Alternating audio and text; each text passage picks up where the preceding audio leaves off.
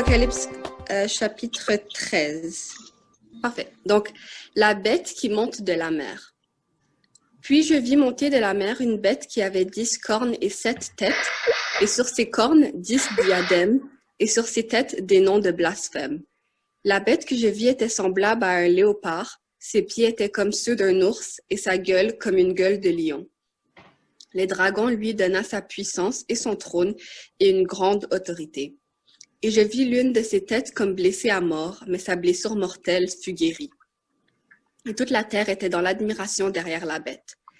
Et ils adorèrent le dragon parce qu'il avait donné l'autorité à la bête. Ils adorèrent la bête en disant « Qui est semblable à la bête et qui peut combattre contre elle ?» Et il lui fut donné une bouche qui proférait des paroles arrogantes et des blasphèmes. Et il lui fut donné le pouvoir d'agir pendant 42 mois. Et elle ouvrit sa bouche pour proférer des blasphèmes contre Dieu, pour blasphémer son nom et son tabernacle et ceux qui habitent dans le ciel. Et il lui fut donné de faire la guerre aux saints et de les vaincre. Et il lui fut donné autorité sur toute tribu, tout peuple, toute langue et toute nation. Et tous les habitants de la terre l'adoreront, ceux dont le nom n'a pas été écrit dès la fondation du monde dans le livre de vie de l'agneau qui a été immolé. Si quelqu'un a des oreilles, qu'il entende. Si quelqu'un mène en captivité, il ira en captivité. Si quelqu'un tue par l'épée, il faut qu'il soit tué par l'épée. C'est ici la persévérance et la foi des saints. Verset 11. Puis je vis monter de la terre une autre bête qui avait 2 cornes semblables à celles d'un agneau et qui parlait comme un dragon. Elle exerçait toute l'autorité de la première bête en sa présence et elle faisait que la terre et ses habitants adoraient la première bête, dont la blessure mortelle avait été guérie. Elle opérait de grands prodiges, même jusqu'à faire descendre du feu du ciel sur la terre à la vue des hommes. Et elle séduisait les habitants de la terre par les prodiges qui lui étaient donnés d'opérer en présence de la bête, disant aux habitants de la terre de faire une image à la bête qui avait la blessure de l'épée et qui vivait. Et il lui fut donné d'animer l'image de la bête, afin que l'image de la bête parlât, et qu'elle fit que tous ceux qui n'adoreraient pas l'image de la bête fussent tués. Et elle fit que tous, petits et grands, riches et pauvres, libres et esclaves, reçussent une marque sur leur main droite ou sur leur front, et que personne ne put acheter ni vendre sans avoir la marque, le nom de la bête ou le nombre de son nom. C'est ici la sagesse, que celui qui a de l'intelligence calcule le nombre de la bête, car c'est un nombre d'hommes, et son nombre est 666. Merci, et Chloé. Arakoze Chloé. Frères et sœurs, écoutez. Reka twumvikane rero. C'est un sujet très vaste, très pertinent, très important pour l'avenir de l'Église. Izi ni inyigisho zikomeye zikaze cyane ku byerekeranye n'ahazaza h'itorero. Je m'en souviens que Charles, il a fait une déclaration lorsque nous avions débuté avec ces cours de formation, surtout le livre d'Apocalypse. On n'a pas le droit de courir, on doit prendre son temps, hein? On doit prendre son temps parce que le livre d'Apocalypse, c'est un livre très complexe. Nk'uko Shari yigeze kubivuga, ntabwo mu gihe twiga ibyahishuwe tugomba kwirukanka kuko ni inyigisho zikomeye zikeneye ko umuntu yitonda akagenda azumva buhoro buhoro kugira ngo ashobore kuzimenya. Parce que ce qui est important pour ce cours de formation par rapport à ce sujet, à ce chapitre, nous allons voir la marque de la bête et le sceau de Dieu. Pour qu'on puisse comprendre la marque de la bête et le sceau de Dieu, il faut savoir qui est ou c'est quoi la bête. Rero kugira ngo dushobore gusobanukirwa n'iriya nyamaswa cyangwa se igishushanyo cy'inyamaswa ndetse na kiriya gishushanyo bavuga, tugomba kumenya ibyo ari byo, icyo bisobanura. Lorsque je suis rentré à l'intérieur de cette recherche concernant ce sujet, j'ai remarqué qu'il y a tellement d'informations pertinentes et je dois diviser ce cours en 2 parties. Aujourd'hui, je vais vous présenter seulement la bête,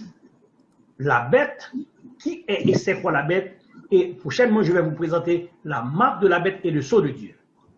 Ubwo rero nasanze yuko hari ibyinshi bivuga ku byerekeranye n'iriya nyamaswa uyu munsi rero ndaza kubabwira ibyerekeranye n'iriya nyamaswa noneho ubundi ubutaha tuzaganira ku byerekeranye n'ikimenyetso cy'inyamaswa.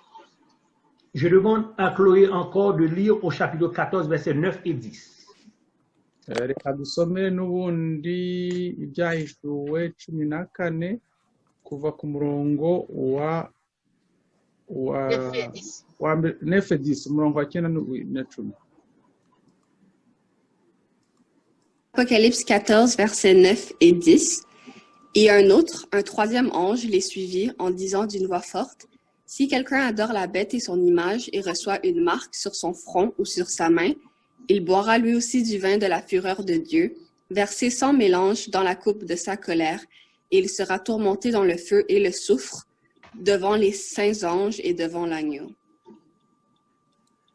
ngo marayika undi wa gatatu avuga ijwi rirenga ati umuntu naramya inyamaswa n'igishushanyo cyayo agashyirwaho ikimenyetso cyayo mu ruhanga rwe cyangwa ku kiganza, uwo niwe uzanywa ku nzoga iri yo mujinya w'Imana yiteguwe idafunguwemo amazi mu gacumu k'umujinya wayo, kandi azababazwa n'umuriro n'amazuku imbere y'abamarayika bera n'imbere y'umwana w'intama. L'avertissement de punition le plus terrifiant de toute la Bible se trouve dans ce passage. Ubwo rero igihano gikomeye kivuga muri Bibiliya tukibona muri Yakobo.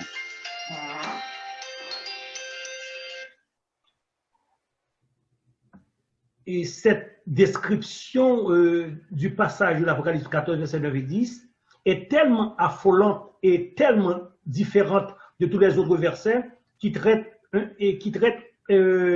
du caractère de Dieu que l'on a presque envie de reculer. Lorsque j'ai lu ce passage, j'ai dû dire, c'est quoi ça? Ubwo rero iyo nsomye ririya somo ryo mu byahishuwe 14 umurongo wa 9 na 10, nge narisomye rwose nshaka gusubira inyuma kuko ryanteye ubwoba. Mais ces versets font clairement référence à un temps où la miséricorde de Dieu sera retirée de ceux qui auront persisté à rejeter l'autorité des cieux. Ariko hano biravuga isomo riravuga igihe kizageraho abantu banze rwose kumvira ubutumwa bw'Imana, Imana izaba ibaretse noneho ikabashyiraho kiriya gihano. Ce sera une action, bien entendu, une action sans précédent de la part de Dieu sur la relation entre Dieu et la race humaine. Ubwo azaba ari ikintu gikomeye cyane Imana ikoze ku byerekeranye n'umubano hagati y'Imana n'abantu yaremye. Pendant 6000 ans, frères et sœurs, vous qui m'écoutez, pendant 6000 ans, les jugements de Dieu, les jugements punitifs de Dieu sur les hommes ont été modérés par sa compassion et son amour. Kuva mu myaka 600 bishize rero Imana yagiye igira imbabazi, yagiye igira imbabazi abantu iyo bakoze ibyaha kubera yuko Imana ari nyambabazi. Mais maintenant, le niveau du mal atteint son paroxysme et à tout prix, il faut que le mal soit enrayé sur la terre. Ariko rero kubera ibyaha n'ibintu bibi byabaye byayogoje isi yose, Imana izagera igihe noneho irivuga iti birarangiye, noneho ngiye guhana abantu bakora ibi byaha.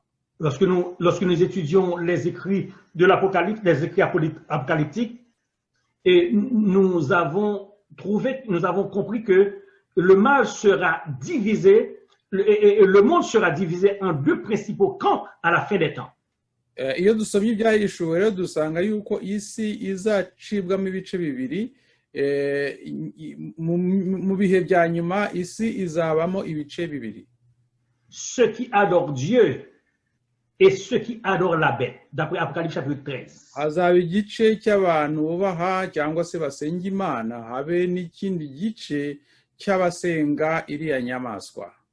Deux puissances rivales à travers le temps, le Christ et Satan, le vouloir de servir Dieu, le vouloir de servir Satan. Zaba ari mbese ubutegetsi bukomeye cyane, bumwe buzaba burimo abasenga Satani, abandi bazaba basenga Imana. C'est une histoire qui a duré pendant près de 6000 ans, vous êtes au courant. Elle a commencé dans le ciel avec Lucifer, d'après Ézéchiel chapitre 28, versets 1 et 17. Comment que Lucifer s'est rébellé contre Dieu. Et ainsi, Ésaïe chapitre 14, comment que Lucifer a voulu détrôner Dieu et prendre sa place en se battant contre Jésus, qui est Michael, le chef de l'armée des anges. byatangiriye mu ijuru igihe Luciferi yashatse kurwana n'Imana ndetse bigakomeza bigera no mu isi igihe nyine Mikayeli yashaka kurwana na Luciferi. Ce combat qu'il y a eu dans le ciel entre Lucifer qui a voulu dominer et prendre la place de Dieu, Dieu l'a chassé, il est descendu sur la terre avec cette même intention de permettre à l'homme de rébeller contre Dieu. Ubwo rero uko gushaka gusimbura Imana Luciferi byatumye aciribwa ku isi, none no ku isi naho ashaka kureba ukuntu yarwanya Imana cyangwa se n'abayizera. Puisqu'il est l'opposé de Dieu lorsqu'il est venu sur la terre, Dieu a ses commandements, Dieu a ses règles établies. Lui également, il a voulu et il veut encore placer ses règles et ses commandements. Il permet à l'homme de choisir son camp au lieu du camp de Dieu. Ubwo rero nk'uko Imana ifite amategeko, ifite ukuntu iyobora, Satani nawe ageze hasi cyangwa se Luciferi ageze mu isi nawe yari afite amategeko ye n'uburyo nawe yifuza yuko isi iyoborwa. Alors, nous venons de lire l'Apocalypse chapitre 13, versets 1 à 7, et dans ce chapitre, plus loin, dans ce même chapitre, nous lirons que la puissance de la bête exerce tellement d'influence sur la terre qu'il permet à l'homme de recevoir la marque sur leurs mains et sur leur front. Ubwo rero tusomye muri ibya 13 turasanga yuko iriya nyamaswa igiye gutegeka abantu ndetse umuntu uzayiramya ikamushyiraho ikimenyetso ku ruhanga no mu kiganza. Le chrétien moyen, je veux dire le chrétien moyen, celui qui n'est pas versé dans les Saintes Écritures, le chrétien qui entend et qui dit Amen. Ils ont à peine entendu parler de l'urgence de ce sujet. Umukristo rero usanzwe wa wundi udasoma cyane Bibiliya, wumva gusa abantu basomye Bibiliya cyangwa se babwirira akavuga ngo amen, ashobora kuba atarumvise cyangwa se atazi ukuntu ibi bintu turi kuvuga bikomeye cyane. Ces chrétiens moyens que je viens de dire n'ont pas la moindre idée de ce qu'est la bête et sa marque. Ubwo rero abo bakristo ndi kuvuga baciriritse ntabwo bazi ibyerekeranye n'iriya nyamaswa cyangwa se na kiriya kimenyetso. Malheureusement, une foule de prédicateurs mal intentionnés maintiennent les gens dans l'ignorance par rapport à ce sujet. Ariko rero usanga kandi n'ababwirizabutumwa cyangwa se abantu bita ababwirizabutumwa nabo bakora uko bashoboye kugira ngo batagezaho iryo hame ku bakristo babo ntibari babwire bakaribahisha. Ils disent, ne vous inquiétez pas à propos de la bête, ce sujet est trop compliqué. None bakababwira ati nyabuna iyo nyamaswa ntimugire icyo muyivugaho niki, mbese iri somo rirakomeye ntari ngombwa kubyitaho rwose ntimubyiteho. Du moment que vous aimez le Seigneur, tout va bien, ça suffit. Igihe cyose mukunda Imana birahagije, rwose birahagije kuri mwebwe igihe cyose mukunze Imana. Ne sachant pas c'est une question de vie ou de mort. Ariko ntibamenye yuko iki kintu cyangwa iri somo icyo rivuga ibyerekeranye hagati yo guhitamo urupfu ndetse no gukizwa. En réalité, est-ce compliqué de comprendre la marque de la bête? Mbese ubundi byaba bikomeye rwose kugira ngo tumenye ibyerekeranye n'ikimenyetso cy'inyamaswa. Pourquoi Dieu a permis à un sujet de ce genre soit inspiré par Jean pour écrire pour notre génération d'aujourd'hui? Ni kuki Imana yatumye Yohana abyandika kugira ngo twebwe bariho iki gihe dushobore kubimenya? Si c'était pas important, Dieu ne l'aurait pas fait. Iyo bitaba ari ibintu bikomeye ntabwo Imana yari kuba yarabyemeye. Bien sûr que oui, et ce sujet est important pour nous aujourd'hui. Nibyo rwose inyigisho zirakomeye kuri twe kandi ni iz'ingenzi kuri twebwe. Mais toutefois, nous devons commencer, frères et sœurs, par comprendre l'identité de la bête prophétique. Ubwo rero tugomba kumanza twamenya noneho mbese iriya nyamaswa niki mu byerekeranye ubuhanuzi. C'est une bête étrange car personne n'a jamais vu une créature si effrayante, si terrible. ni inyamaswa itangaje kuko nta muntu wigeze abona inyamaswa iteye nka kuriya biri kuvuga muri Bibiliya. D'après Apocalypse 13, nous venons de lire, cette bête, cette créature ayant le corps de léopard, la gueule d'un lion et les pieds de nous. Iriya nyamaswa rero ifite ishusho reka nze nese dans quel verset on dit ça pour que je puisse bien prononcer ça. Tu es à quel verset, pasteur? Et je suis dans Apocalypse chapitre 13, oui. J'ai trouvé deux. Donc iyo nyamaswa nabonye aravuga ati ni inyamaswa idasanzwe kuko ni inyamaswa abantu batigeze kubona batabona kuko yo isa n'ingwe, amajanja yayo asa n'ay'uruko, akanwa kayo kasaga n'ak'intare. Les livres prophétiques de la Bible s'expriment normalement en images et en symboles. Ubwo rero ibyerekeranye n'ubuhanuzi akenshi usanga bijyanye n'ibishushanyo, usanga bijyanisha ku bishushanyo. Alors, nous devons nous poser la question, que symbolise cette bête? Ubwo rero dushobora kwibaza ibibazo tukavuga ati mbese iriya nyamaswa ishushanya iki? En passant, je dois vous dire que tous les éléments de la description de l'animal sont symboliques. Tous les éléments de la description de cette bête sont symboliques.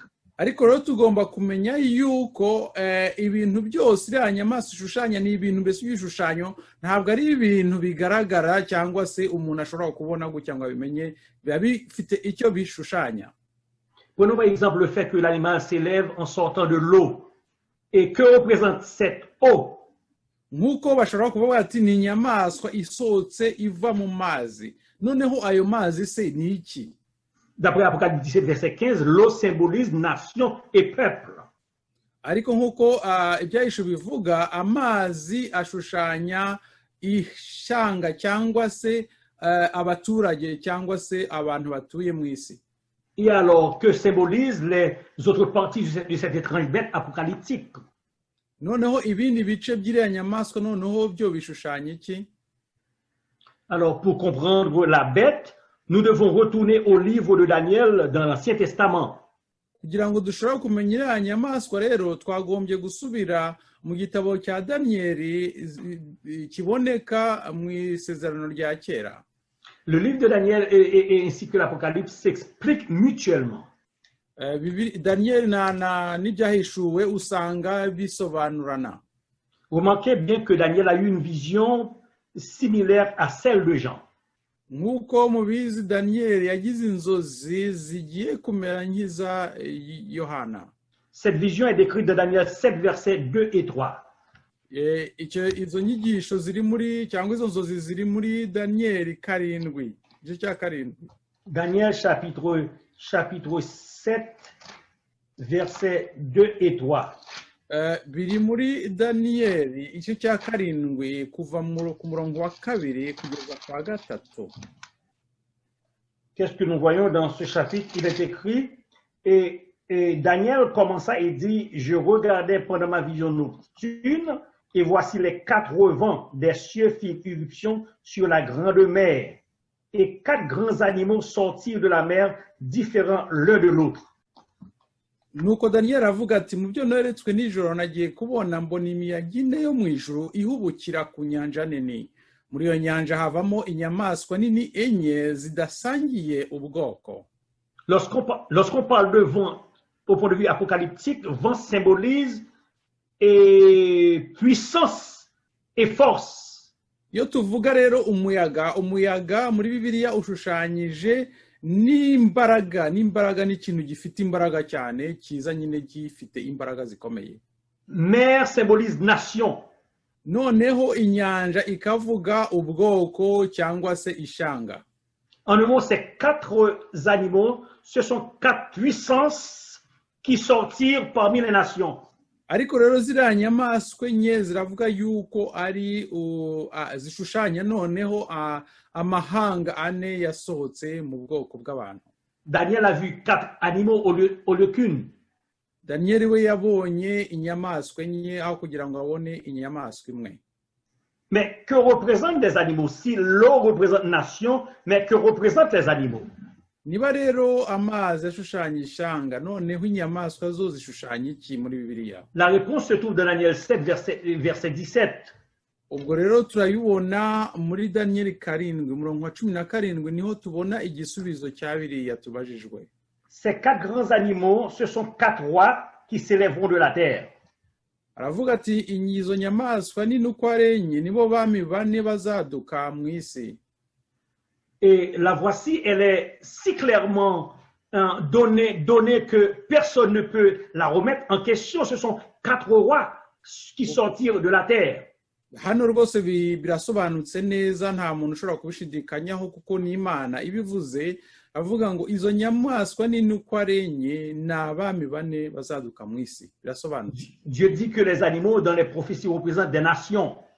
ni ukuvuga ko izo nyamaswa nyine zishushanyije nk'amahanga n'amahanga. Comme nous avons l'aigle dans le drapeau des Américains, l'aigle représente l'Amérique et l'ours représente la Suisse de notre vocabulaire politique moderne.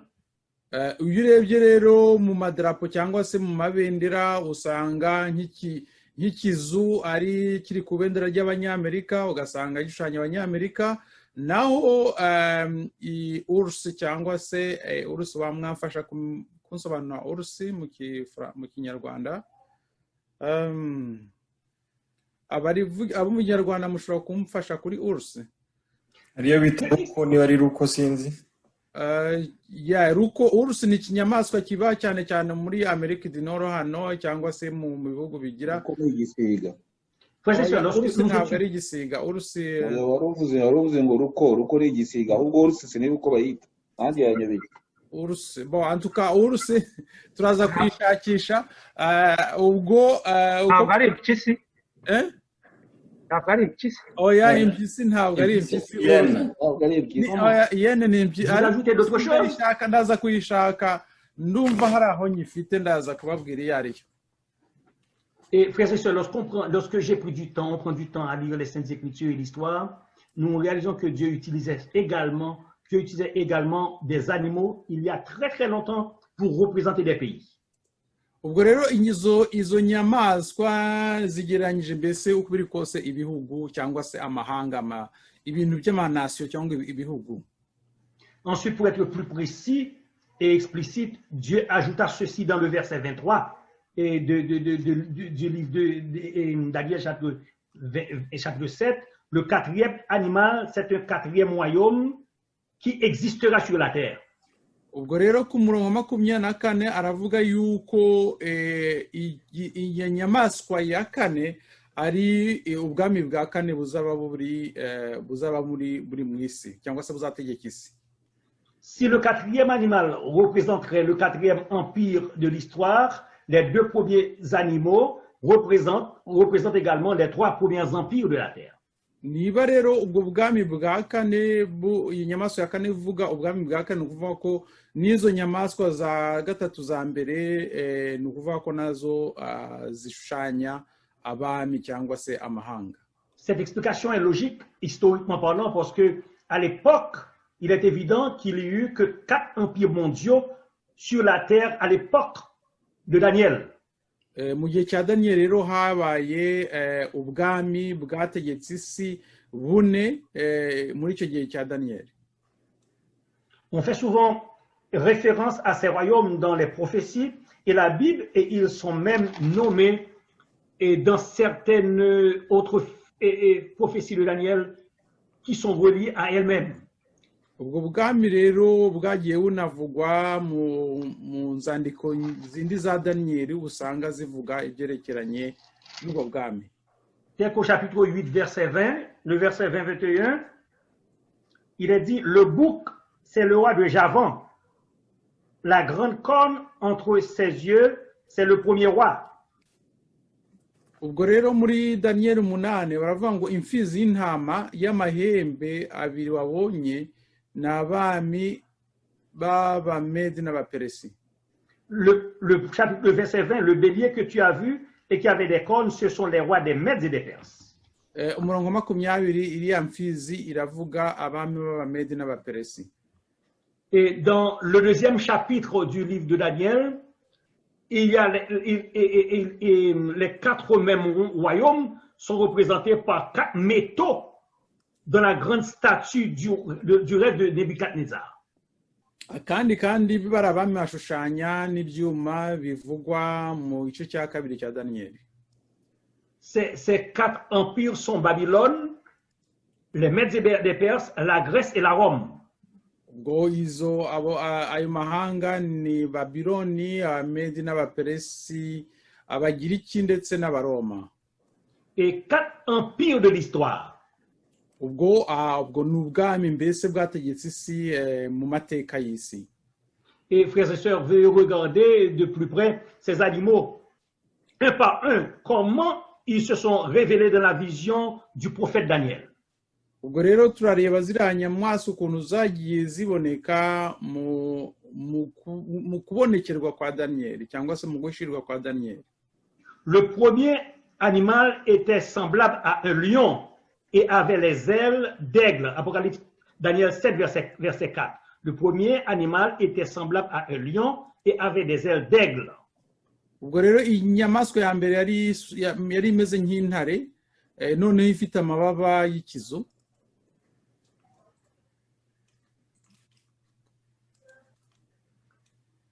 Cette bête représente la grande empire de Babylone. Iyo nyamaswa yashushanyaga ubwami bwa Babuloni, si bien symbolisé par le roi des animaux. Bishushanya nyine ni idubu. Murakoze cyane Charles. Donc uruse ni idubu. Murakoze. Babylone fut une des nations les plus fortunées et puissantes qui n'ait jamais existé sur la terre à l'époque. Babuloni rero yari ubwami bukomeye cyane kandi bukize ubutashobora kongera kubona kuri iyi si. Remarquez ceci, que cet animal a des ailes d'aigle. Les ailes dans la terminologie prophétique symbolisent la vitesse. Murabona yuko rero iriya nyamaswa ifite amababa rero muri Bibiliya asobanura ukwihuta cyane. Et évidemment, Babylone s'est certainement élevé rapidement pour prendre sa place comme dirigeant du monde entier. Babylone rero yakoze uburyo bushoboye bwose bwihuta kugira ngo ishobore gutegeka isi. De 606 avant Jésus-Christ jusqu'à 538 avant Jésus-Christ, Babylone exerça continuellement son autorité sur un très vaste territoire. Kuva muri 606 kugeza muri 506 mbere ya Yesu Kristo, uriya Ababuloni rwose yategetse isi rwose irayitegeka pe. Mais quelque temps plus tard, un changement allait se produire. Nyuma yaho ariko habaye impinduka. Daniel vit la deuxième bête semblable à un ours et se tenait sur un côte. Et il avait 3 côtes sur un côté, et il avait 3 côtes dans sa gueule entre les dents. Ubwo rero nyuma yaho Daniel yabonye inyamaswa y'idubu yari ifite ibintu mu kanwa kayo. Daniel 7, verset 5. Ku murongo wa 5 ngo yari ifite Après Babylone vint le royaume des Médo-Persans en 538 avant Jésus-Christ. Le deuxième empire mondial. Ubwo bwami bwategetse muri 538 mbere ya Yesu Kristo. L'ours s'élève sur un côté pour représenter le fait que les Perses étaient plus forts que les Mèdes. Je reprends. L'ours s'élève sur un côté pour représenter le fait que les Perses étaient plus forts que les Mèdes.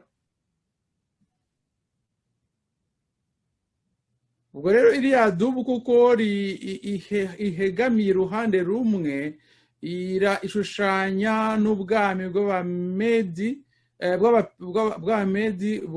buganjije ubw'Abaperesi. En dépit de tout, ces deux puissances se coalisèrent comme alliés pour dominer la terre. Ariko abo bombi ayo mahanga yombi yari ifatanyije kugira ngo ashobore gutegeka isi. Les 3 côtes symbolisent les 3 provinces de ce royaume telles que Babylone, la Lydie et l'Égypte. ubwo rero bwategetse ahantu hari hitwa Babyloni n'ahitwa Lidiya n'ahitwa muri Egiputa cyangwa se muri Misiri muri Egiputa. Ensuite, en 331 avant Jésus-Christ, les Médo-Persans ont perdu leur pouvoir et la troisième empire mondial est survenu. Muri 531 mbere ya Yesu Kristo ubwo bwami bwaje gutsindwa butegekwa n'ubundi haza ubundi bwami.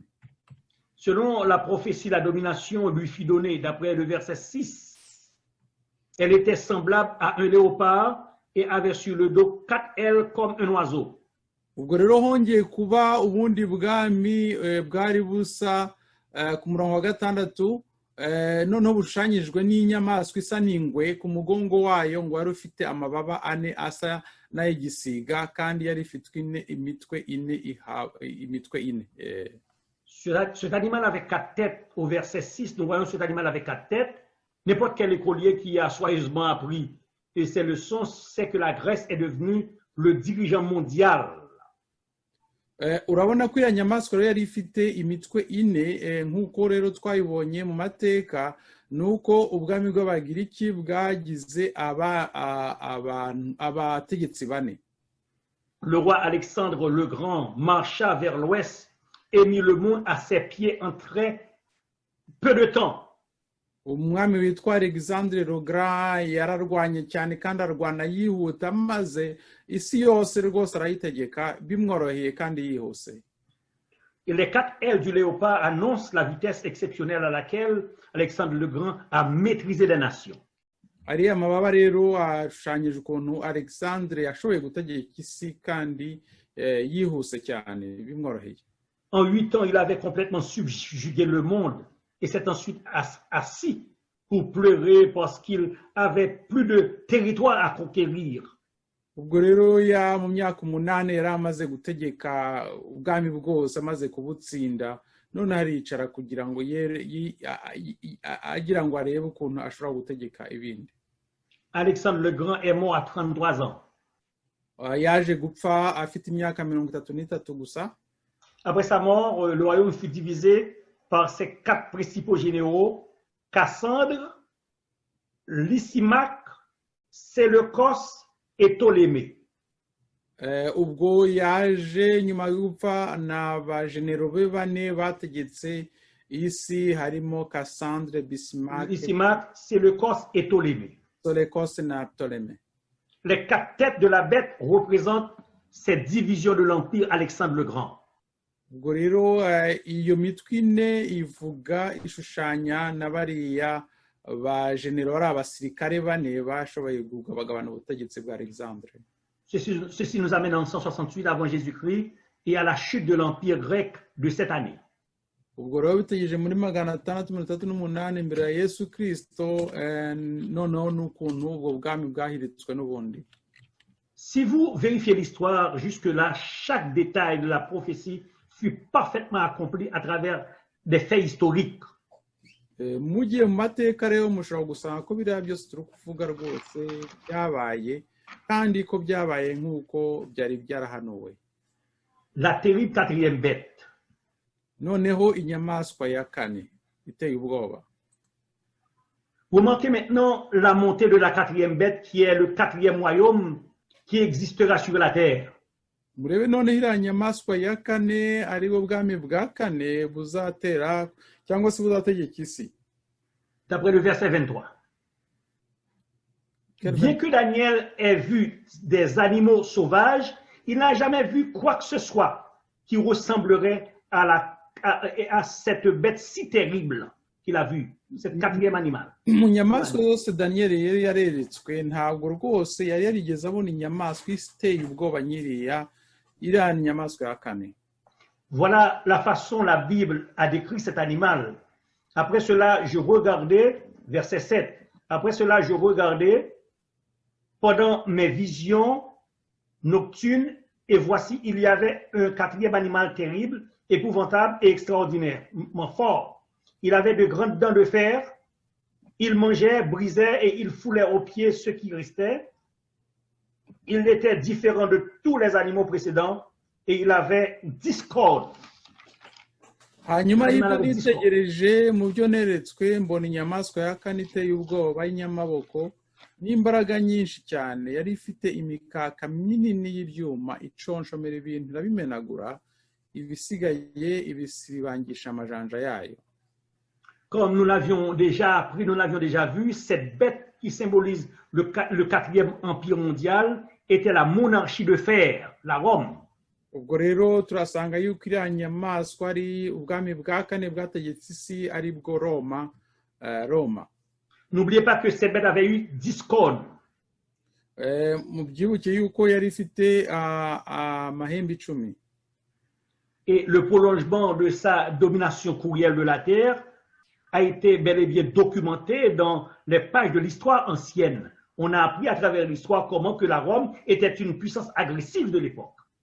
Amategeko rero atwereka atwigisha ukuntu Roma yari inyambaraga cyane ukuntu yategetse kandi ifite imbaraga. Mais cette puissante nation allait être également divisée comme l'indique le verset 24 de Daniel chapitre 7. Nk'uko umurongo wa 24 wa Daniel 7 ubivuga buriya bwami nabwo buzagabanwa buve mu bundi bwami. Tous les étudiants d'histoire, que ce soit théologiens ou histoire, ont découvert cette subdivision, cette division parmi cet empire européen. Ubwo rero abize amateka bose bagaragaza ukuntu buriya bwami bwashoboye gucikamo ibice 10 nk'uko byagiye byigwa mu mateka. Ce sont des empires tribaux de Rome, de la Rome de l'Europe de l'Ouest. Ubwo rero usanga ari ubwami bugizwe n'amoko yo mu Burayi bw'uburengerazuba bugize mbese bwo bwagize buriya bwami. Cela a été après 476 avant Jésus-Christ. Ubwo byabaye nyuma ya 446 mbere y'ivuka rya Yesu Kristo. Ces tribus de l'Ouest, de l'Europe de l'Ouest, ont été 10 tribus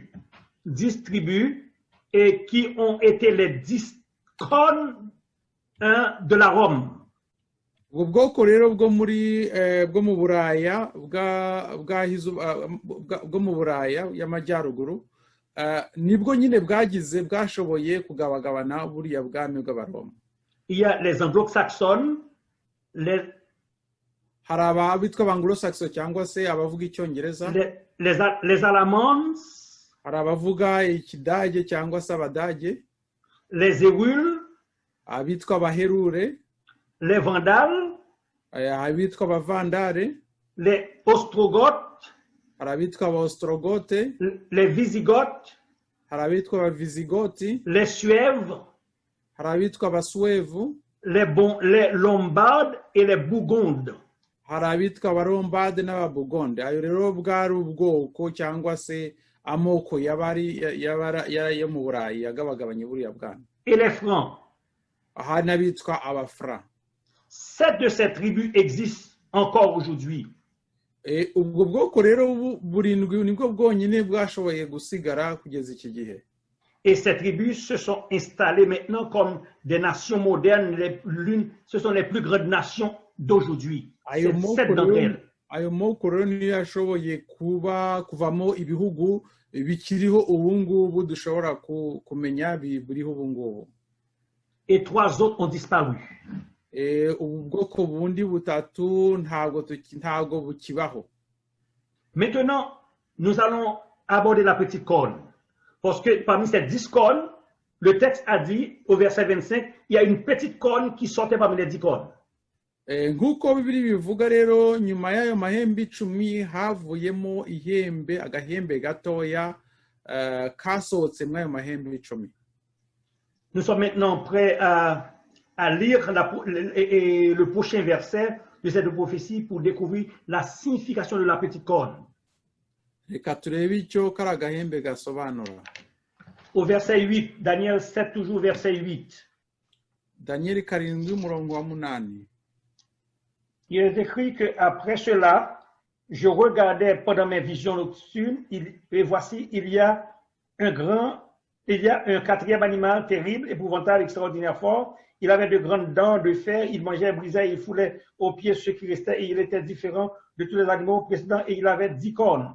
Et je considérais les cornes, verset 8, et voici une autre petite corne sortie du milieu d'elle, et 3 des premières cornes furent arrachées devant cette corne, et voici, elle avait des yeux comme des yeux d'homme, et une bouche qui parlait avec arrogance.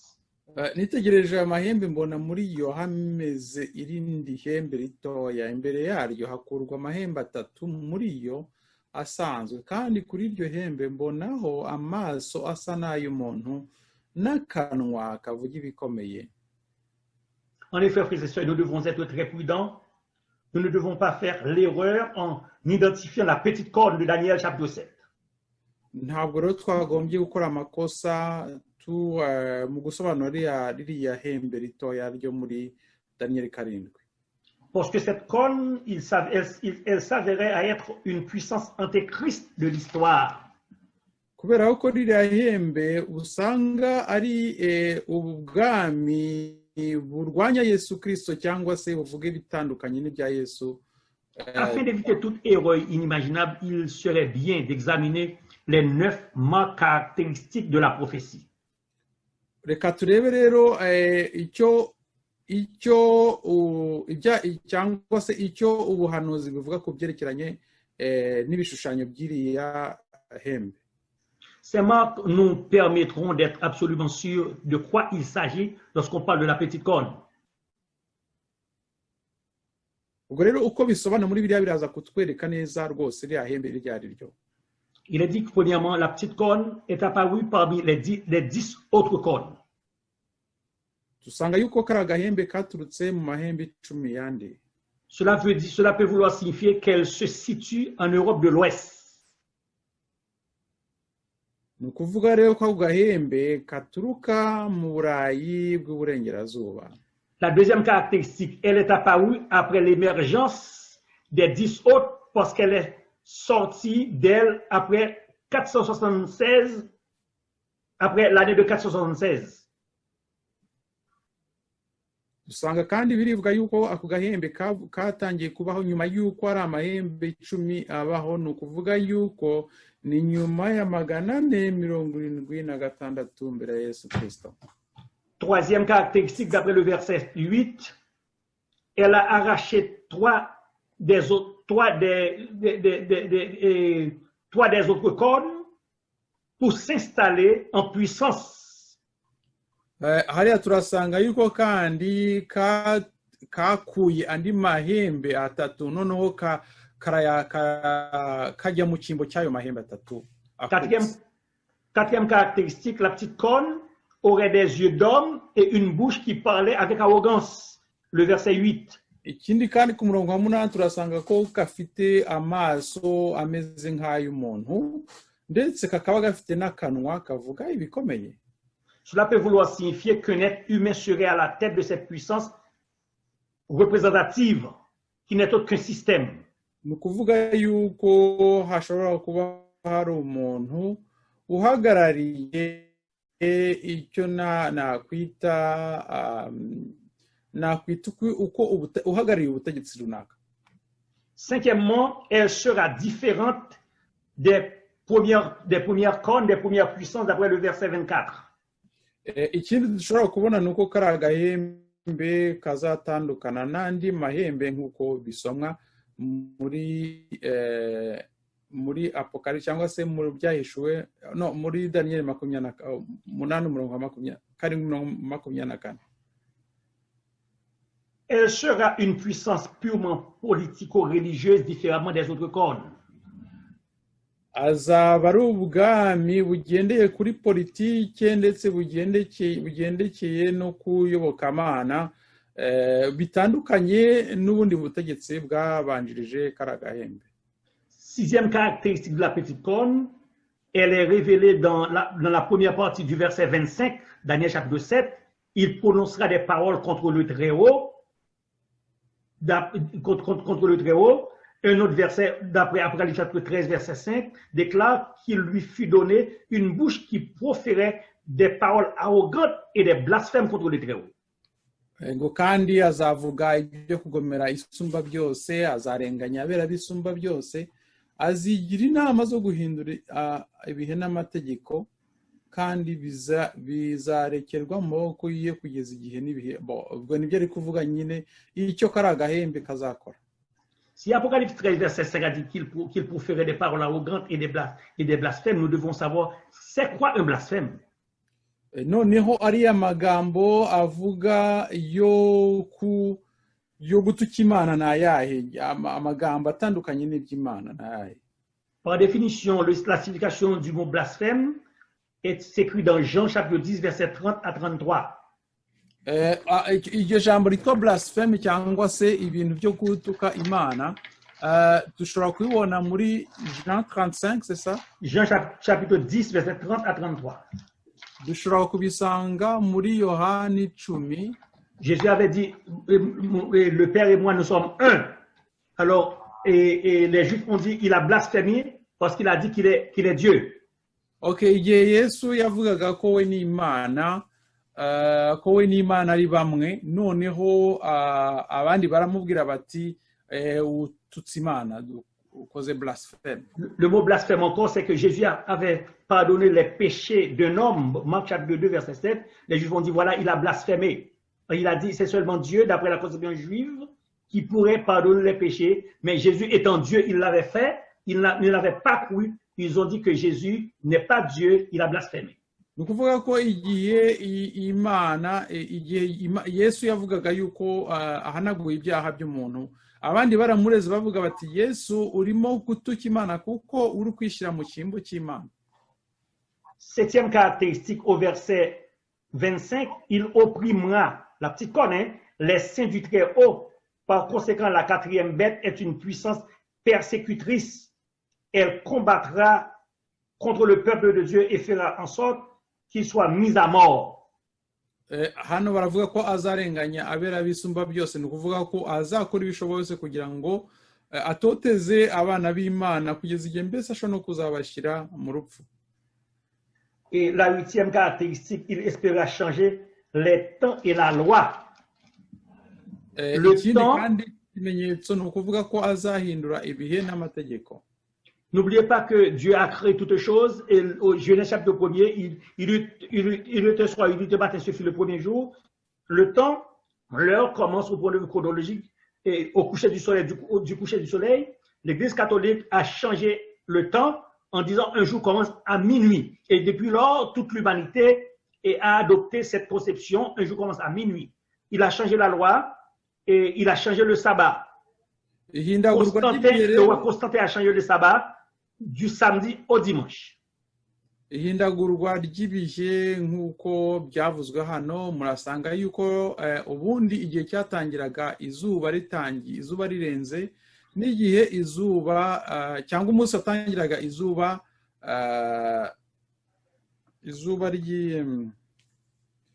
mbese izuba koma gutangira izuba se kwa izuba ritangiye iki izuba rirashe, excusez-moi, ok, merci. Izuba rirashe rikarangira izuba rirenze, ariko itorero rya Gatolika ryo ryahinduye ibihe ku buryo ryo rivuga riti tuzajya dutangira umunsi saa sita z'ijoro kugeza saa sita z'ijoro.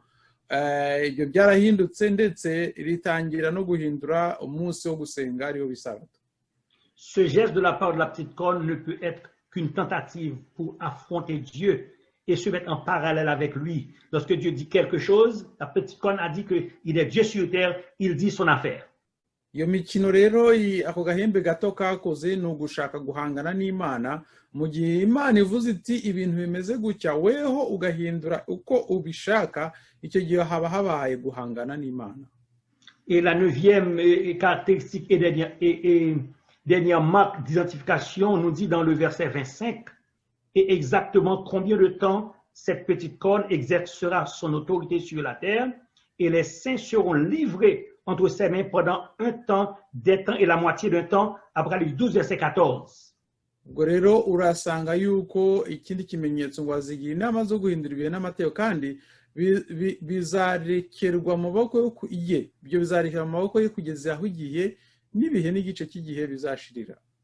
Cela peut vouloir signifier que la puissance de la petite corne rayerait pendant 120 ans d'activité et continuera jusqu'à la fin. Ni ukuvuga ko azatangira imyaka 120 kugeza igihe isi irangiriye. Seule l'Église catholique, frères et sœurs, seule l'Église catholique correspond à tous les points d'identification de Daniel chapitre 7. Hano turasanga ko itorero rya Gatolika ryonyine ryo rihuje na biriya bintu isomo rimaze kuvuga.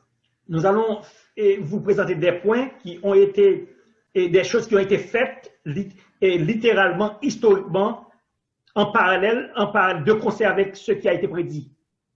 Ubwo tugiye kubabwira ibintu byagiye biba rero bigizwe n'itorero rya Gatolika byagiye biba mu mateka kandi bihuye n'ibivuzwe. Le premier point, la Rome s'émergea en réalité après 476. Nyuma ya 476, qu'est-ce qui s'est passé après 476? La Rome s'émergea après 476. Icyo gihe Roma yarazutse, mbese yashoboye kubyuka. Elle est sortie de l'Europe de l'Ouest. Ubwo yasohotse, mbese yavuye mu burengerazuba bw'Uburaya. D'après un décret de l'empereur Justinien qui a déclaré la suprématie absolue de la Rome qui a duré de 538 à 1798. L'empereur Justin qui a déclaré la suprématie de la Rome. Umwami w'abami Justine niwe wavuze yuko Roma rwose irengeje icyubahiro abandi bami, yabivuze nyuma y'umwaka wa 456. Quand la papauté s'est établie, elle a supprimé 3 puissances rivales, les Vandales, les Érules et les Ostrogoths, qui est vraiment ce qui a été écrit dans les Saintes Écritures. Ubwo rero umutegetsi w'upapa igihe yinjiraga yashoboye guhirika ubwami butatu buriya bw'abavandare n'abastrogote n'abaherure.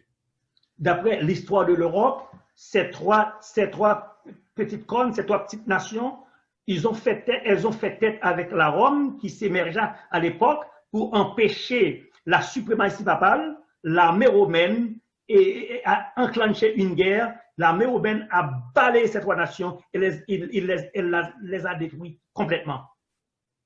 Hano bavuga yuko ngo buriya bwami butatu bwagizanye ndetse bwishimanye n'ubupapa, noneho icyo gihe ingabo z'abaroma ziraburwanya kugeza igihe zibushwanyaguje zibukuraho burundu. Cela veut dire ce que la Bible avait prédit, la Rome les a fait exactement telles quelles. Icyo Bibiliya yarateganyije rero cyarabaye cyangwa se cyarageze nk'uko bimaze kuvugwa. Quatrième point de la petite corne, des faits historiques, l'Église catholique avait même un homme à la tête de son organisation. Parce qu'on parlait dans la prophétie, un homme, maintenant il y a un homme, oui. Il a placé un homme, c'est ça? L'Église catholique avait même un homme à la tête de son organisation, le pape.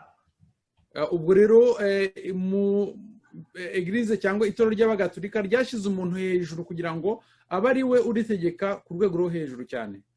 Ça veut dire la petite corne est un système politico-religieux. Ni ukuvuga ko kari agahembe gato ari ubutegetsi bujyanye n'ubutegetsi bwa politiki ndetse bujyanye n'ubutegetsi bw'iyobora bw'idini. Comme la Bible avait dit, les paroles arrogantes et blasphématoires sortent de la bouche de la petite corne contre le Très-Haut. Hari amagambo rero akarishye cyane asohoka, kandi aya magambo asohowe n'ako kahembe gato, kandi amagambo akaba atajyanye n'iby'ijuru. L'Église catholique s'est toujours attribué le pouvoir de pardonner les péchés. Itorero ry'abagatolika ryihaye ububasha bwo kubabarira ibyaha abantu. Une tentative de changer la loi. Yagerageje guhindagura amategeko. Ceci s'applique par la papauté. Ibyo rwose ubibona mu bupapa.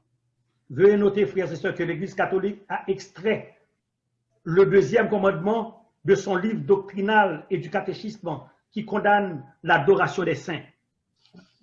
ubwo rero murabizi yuko itorero ry'abagatolika ryakuye itegeko rya kabiri mu mategeko y'Imana, kandi iryo tegeko rikaba ribuza abakristo gusenga ibishushanyo. Ça veut dire la bête que nous sommes en train de parler, c'est la petite corne, c'est le système papal, le système de l'Église catholique. L'homme qui parle avec arrogance, c'est le pape qui est à la tête de ce système. Ako gahembe rero ni ubupapa kuko niko kari hejuru, iryo torero rya gatolika kari hejuru yaryo. J'ai fini avec l'exposé. Si vous avez des questions, j'ai dit qu'aujourd'hui il y a beaucoup d'histoires. La prochaine étape, je vais rentrer d'emblée dans le sujet. Ubwo rero we arangije ibyo yari yateguye uyu munsi, nababwiye yuko aza kubihinamo ibice bibiri. Igice cya mbere kirarangiye, mbese haba hari umuntu ufite ikibazo kuri ibyo bimaze kuvugwa mu kanya?